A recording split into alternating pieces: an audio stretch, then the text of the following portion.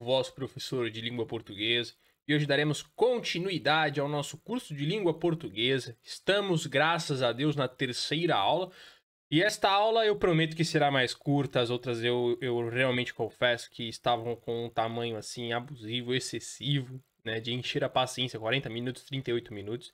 Mas em minha defesa eu vos digo que não era o objetivo inicial. O objetivo inicial era que as aulas tivessem, de fato, entre 10 a 15 minutos, 20 estourando. Só que eu sou uma pessoa que eu vou adicionando as coisas nas aulas enquanto eu vou fazendo os PowerPoints, e quando eu vejo a aula já tomou tamanho e forma e etc. para uma aula de 40 a 50 minutos. E olha que eu ainda sou bem conciso nas minhas explicações. Às vezes eu estou andando em casa e lembro, olha, eu poderia ter dado tal exemplo, falado tal coisa. Perdão. Então hoje nós falaremos sobre um tema bem simples e bem divertido, que é a língua portuguesa no mundo, certo? Porque nós sabemos que a nossa língua, ela é uma língua que possui várias formas e variedades e estilos e gêneros e socioletos e dialetos e gírias e calões e etc, etc, etc. Tendo as três principais variedades da nossa língua, a variedade europeia, brasileira e a africana. Nós falaremos um pouquinho mais acerca de cada uma delas. Primeiramente, nós temos que ter uma visão panorâmica da nossa língua e entendermos que a nossa língua é uma língua multicontinental, porque ela está presente em todos os continentes, sem exceção. Ela está presente, vamos lá, nas Américas, como o Brasil. Ela está presente na Europa por causa de Portugal. Ela está presente na África por causa de Cabo Verde, por causa de Moçambique, Angola, as Guinés e etc. Está presente na Oceania por causa de Timor-Leste e na Ásia por causa de Macau, Goa e outros lugares. Então é uma língua que está em todos os continentes. É uma língua, assim como o inglês, que está presente em todos os continentes. E eu já não sei se eu posso falar a mesma coisa, por exemplo, da língua espanhola. Eu vou até conferir, porque é algo até interessante de se pesquisar. Apesar da origem lusitana da nossa língua, isto é, da origem portuguesa, né, em território nacional português, da língua portuguesa, ela espalhou-se pelo mundo após os descobrimentos e a colonização e imigração e etc, etc. Perdão ali pelo espalhou-se com X. Relevem-no. E o que acontece? Ela espalhou-se por todo o mundo nesses três processos, após os descobrimentos, a colonização e imigração. O que acontece? Portugal começa o processo de descobrimento das Américas e traz o português, leva o português para o Brasil. E ela também começa um processo de exploração e expansão, certo, territorial na África, onde ela leva o português para a África. Da mesma forma, expansão comercial na Ásia, né? Então, esse processo de colonização, de descobrimento e de imigração. Por que imigração? Porque no século XIX e XX houve uma grande imigração de portugueses para todo o mundo, sobretudo para o Brasil, o que influenciou o nosso sotaque, alguns dos nossos costumes, alimentos e etc., sobretudo na cidade de São Paulo, certo? E Rio de Janeiro. Creio que falei demais, mas é isso, é isso. Então, vamos lá. O português, ele expandiu-se sobretudo para o Brasil, né? Partes da África e partes da Ásia. Então ele foi espalhando-se e tornando-se língua padrão nesses locais. Não a primeiro momento, porque nós temos que ter noção que nesses locais havia já população estabelecida e eles já possuíam a sua própria língua. Entretanto, o português ele foi suprimindo as outras línguas e os outros dialetos, pois era a língua padrão, era a língua da maioria, era a língua na qual se faziam a administração, o comércio e etc. nesses locais. Então, tanto no Brasil como partes da África e da Ásia, ele foi suplantando as línguas locais e tornando-se cada vez maior e cada vez mais importante, tornando-se o idioma oficial de cada um desses lugares. Nós temos aqui um mapa para termos uma visão panorâmica do que é a lusofonia, que sequer é de fato um mapa completo, mas eu vou explicar melhor. Olhando para o mapa, nós percebemos ali Brasil, Portugal, as Guinés, Cabo Verde, Moçambique, Angola e Timor-Leste. Porém, o português também é falado em Macau, uma região da China, e é falado em Goa, uma região da Índia. Fora alguns outros lugares em que ainda o português é falado. Então, por que eles não estão no mapa? Porque eles não são nações, certo? São micro-regiões, são províncias e etc. de cada um desses países que eu citei. e que não constituem países. Então, quando nós falamos de lusofonia a nível nacional, a nível de países, né, de nações, estados, são esses que nós temos constituindo a lusofonia, né, e constitui até um grande bloco econômico, que é o bloco econômico dos países lusófonos. A minha pátria é a língua portuguesa, já diria Fernando Pessoa, né? Uma frasezinha para refletirmos. A variedade portuguesa da língua portuguesa, né? Até um pouco soa meio redundante, meio pleonástico falar isso, mas é assim mesmo. A variedade portuguesa, ou chamada variedade europeia, corresponde à língua falada em Portugal continental e nas ilhas, isto é, Madeira e Açores. Porque quem conhece Portugal sabe que Portugal não é só aquele pedaço que está ali inserido no continente europeu. Ele também é uma fração, uma parte localizada no meio do Oceano Atlântico e se divide em 2 arquipélagos. A primeira, a Madeira, e a segunda, os Açores. A primeira sendo uma ilha grande, maior, sozinha, e os Açores sendo 9 ilhas que constituem, então, essa área que eu vos falei agora. Esse dialeto possui claramente variações geográficas, como qualquer dialeto, variedade, né? Essa variante essa variante constitui diversos dialetos dentro do seu próprio território, como é comum em todas as variantes. Então, ela possui características próprias faladas nas ilhas e características próprias que são faladas no continente. A ilha, ela vai ter cada ilha, né?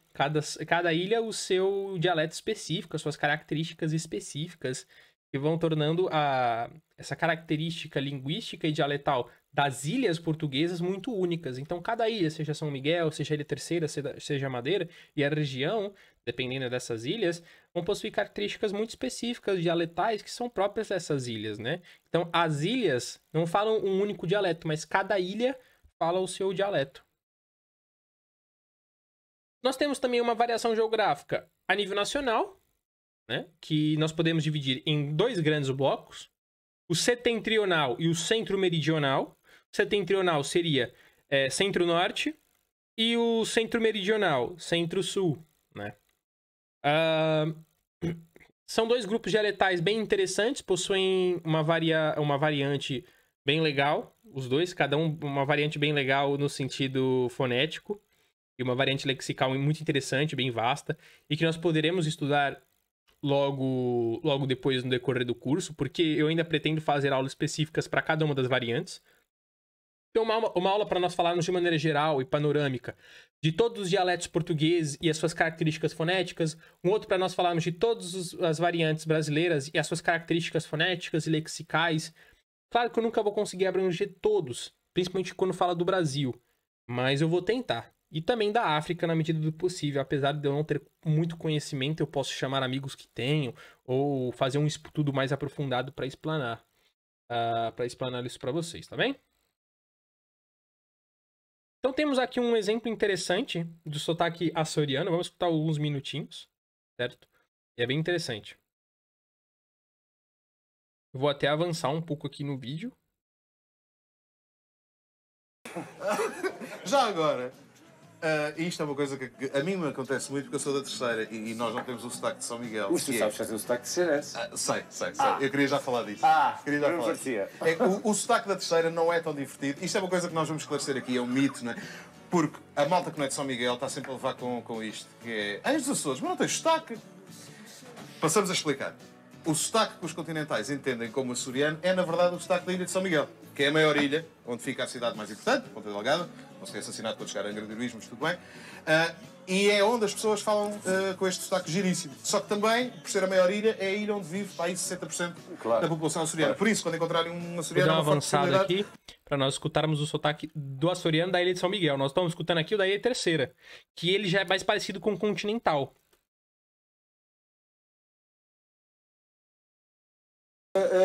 Micro, se pode chamar assim, sotaques. Tu vais à Ribeira Grande, ou vais a Rabo de Peixe... O Rabo de Peixe é hardcore. O Rabo de Peixe é hardcore, completamente. Mesmo... Uma vez eu estava lá e aproxima-se um miúdo ao pé de mim, na altura dos escudos, e disse-me: segurança, sem escudo. Eu disse: desculpa, segurança, sem escudo. E depois é que percebi que ele me estava a pedir ao senhor tem sem escudos. Percebe, então, que até mesmo dentro dessas ilhas, como ele está dizendo, existem micro-variações. Ele falou assim, micro-sotaques, mas certo seriam subdialetos ou microdialetos nesse sentido, que são muito interessantes e que nós podemos analisar futuramente, né? Eu deixei aqui também um exemplo, né? Esse exemplo eu já utilizei na aula passada do sotaque do norte. Aqui nós estamos falando do sotaque setentrional, Portugal. Mas eu não vou passá-lo aqui, porque como eu já coloquei na última aula, você vá à última aula, é sua obrigação. Se você está na terceira, pressupõe-se que você já tenha assistido a segunda. Vá à última aula, assista, tá muito legal. E escute o sotaque, certo? E caso vocês tenham interesse, vocês podem acessar o vídeo completo. Tem aqui o título, tanto aqui como no outro, né? Aqui. E o nome desse vídeo é O Sotaque dos Açores. Luiz Felipe, o resto do nome já não aparece, mas tá aqui na RTP. Tá certo? E aqui, pronúncias do norte. Agora, quando nós falamos de variedade brasileira, é uma coisa muito complexa. E portugueses e africanos pecam ao falar da variedade portuguesa, que apesar de apresentar uma certa homogeneidade, certo? Uma certa igualdade entre si, é uma variedade gigantesca. Porque nós estamos falando de uma variedade que abrange todo um espaço continental, quase equivalente à Europa, certo? Sendo a maior do mundo. E tendo o maior número de falantes, estendendo-se por um território gigantesco. Então ela possui várias divisões dialetais com características muito próprias. E essas características muito próprias possuem influências fonéticas, gramaticais e lexicais diferentes, distinguem-se entre si. O nordestino, seja de qual região ele for, ele consegue distinguir se a pessoa é de outra região do próprio Nordeste. Então, se eu sou piauiense, eu sei se você é cearense ou maranhense. Só de conversar consigo. Por quê? Porque a variedade é muito, muito grande, apesar de apresentar uma certa homogeneidade.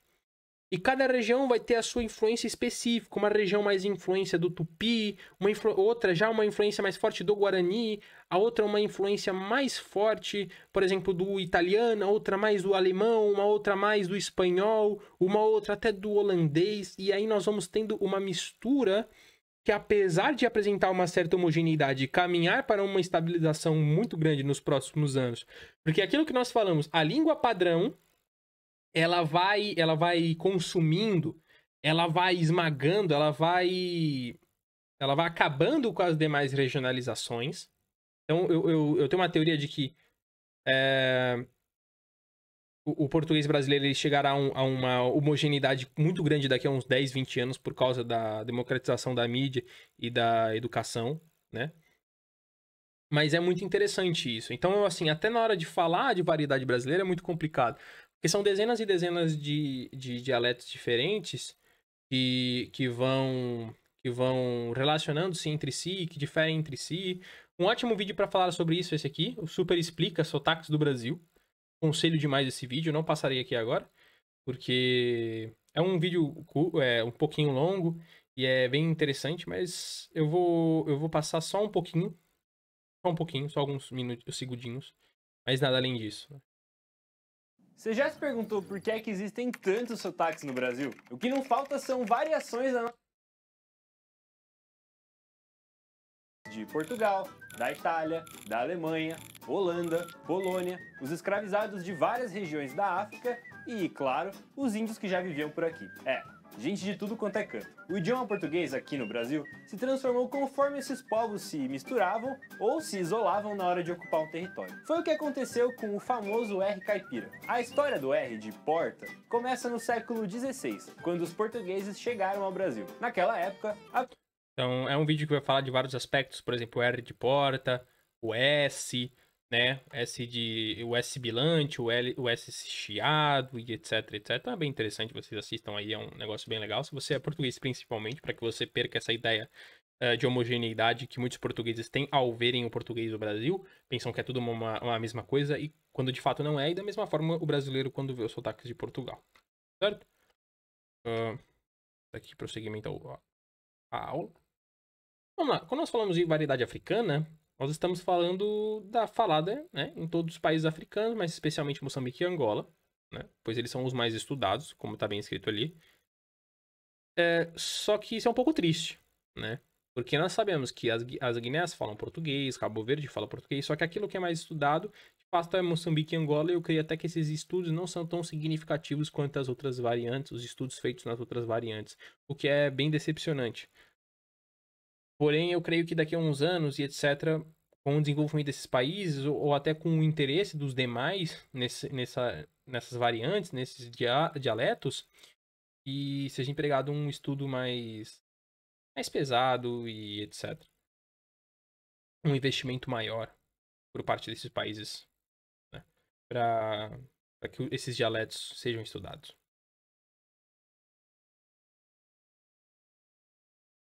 Boa pessoal, bem-vindos a mais um vídeo. E antes de começar, meta já o vosso dedo no like, porque eu sei que vocês vão gostar. E além de gostar, vocês vão aprender. Mas, ô Castilho, eu não vim aqui para aprender. Como vocês já viram no título, vou vos ensinar a falar angolano. Mas não é qualquer angolano. Vou vos ensinar o português dos badis, bandido, ladrão, gatuno. Bem, antes de começar... Eu escolhi esse vídeo porque eu gosto do jeito que ele fala. Não só pelo sotaque, né? Pelo dialeto. Mas pela espontaneidade, etc. Então vou ao canal desse rapaz. É bem interessante esse vídeo. Assistam, né? Como falar angolano. Bem legal. É interessante, né? Algumas características são muito próximas ao português do Brasil. Outras são muito próximas ao português de Portugal. Claro que nós percebemos que é muito mais próximo do português de Portugal do que do Brasil. Mas isso é uma questão que nós falaremos mais adiante, certo? Quando nós falarmos do porquê o português do Brasil ser o mais diferente de todos. Claro que agora eu estou sendo bem injusto, porque eu não trouxe aqui as variantes, por exemplo, de Timor, da Oceania, e, por exemplo, de Macau e Goa, mas são pouco estudadas e pouco expressivas a nível da lusofonia como um todo. Então eu não trouxe, né? Uma parte por falta de conhecimento da minha parte acerca desses dialetos, e segundo por uma falta de expressividade desses dialetos. Eles são importantes, mas não são expressivos dentro de um cenário lusófono. Então eu peço perdão, mas futuramente, como eu pretendo fazer vídeos extras, aulas extras, só para falar dos dialetos e das características e do léxico e etc. Então talvez eu traga, tá bem?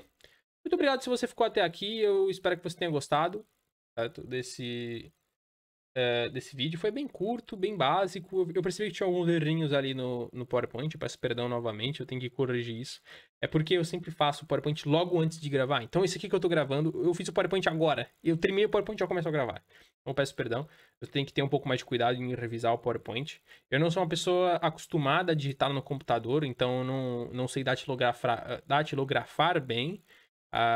Se fosse no telemóvel, no celular, eu conseguiria fazê-lo com um pouquinho mais de carinho, com um pouquinho mais de apreço. Não é falta de conhecimento gramatical da minha parte. Quem sabe como eu escrevo, sabe que eu escrevo muito bem e com muito apreço. Então eu peço perdão. Na próxima não acontecerá.